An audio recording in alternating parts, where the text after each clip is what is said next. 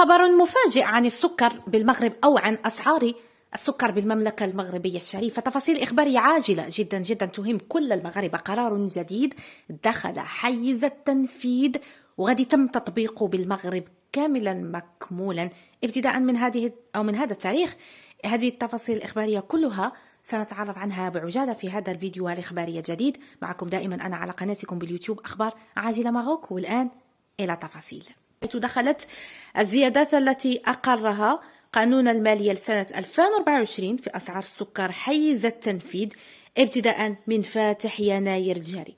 واللي مازال ما عارفش القضية ديال هاد الزيادة ديال السكر، فالتفاصيل كتقول حسب قرار لوزيرة الاقتصاد والمالية بتحديد أسعار هوامش الربح القصوى لبيع السكر المصفى في جميع مراحل التسويق بالعدد الأخير للجريدة الرسمية، فإنه تم الزيادة في أسعار قوالب السكر، أي قوالب السكر كما كنقولوا حنا بالدارجة المغربية.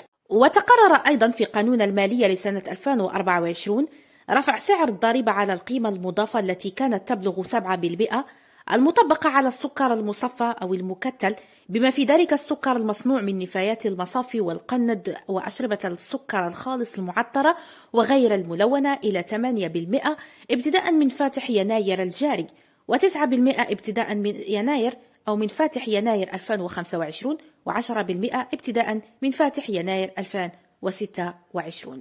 وانتم شنو الرأي ديالكم في هذا القرار الجديد؟ واش انتم مع أو ضد؟ عموما تعليقاتكم أو آرائكم في هذا الخبر أو هذا القرار الجديد اللي دخل حيز التنفيذ والذي سيطبق رسميا ابتداء من هذا الشهر، آرائكم بهذا الموضوع تهمنا طبعا. شكرا لكم متابعينا الكرام، دمتم في رعاية الله وحفظه. إلى اللقاء، السلام عليكم ورحمة الله تعالى وبركاته.